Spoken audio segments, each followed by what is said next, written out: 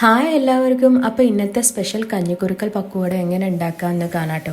അത് നമുക്ക് ആവശ്യമുള്ളത് കഞ്ഞിക്കുറുക്ക നല്ല കഴുകി വൃത്തിയാക്കിയിട്ട് ഒന്ന് ചോപ്പ് ചെയ്ത് മാറ്റി വെക്കാം. പിന്നെ അതിലേക്ക് കടലപ്പൊടി, കുറച്ച് അരിപ്പൊടി, കുറച്ച് ഉപ്പ്, മുളക് പൊടി, പിന്നെ അജ്വൈനും ചേർത്തിട്ട് വെള്ളം കുറച്ചും കൂടി ആഡ് ചെയ്തിട്ട് നല്ലോണം ഒന്ന് ബജിമാവിൻ്റെ പദത്തിലേക്കൊന്ന് നമ്മൾ മിക്സ് ചെയ്ത് വെക്കാം.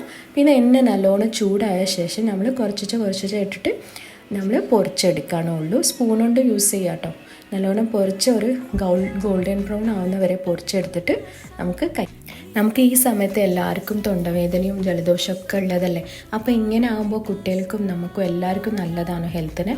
അപ്പോൾ എല്ലാവരും ഒന്ന് ട്രൈ ചെയ്ത് നോക്കിയിട്ട് എങ്ങനെ ഉണ്ടെന്നുള്ളത് അഭിപ്രായം പറയണം. വീഡിയോ ഇഷ്ടപ്പെട്ടിട്ടുണ്ടെങ്കിൽ ഒന്ന് ലൈക്ക് ആൻഡ് ഷെയർ ചെയ്യുക, സബ്സ്ക്രൈബ് ചെയ്യാൻ മറക്കരുത് കേട്ടോ. താങ്ക്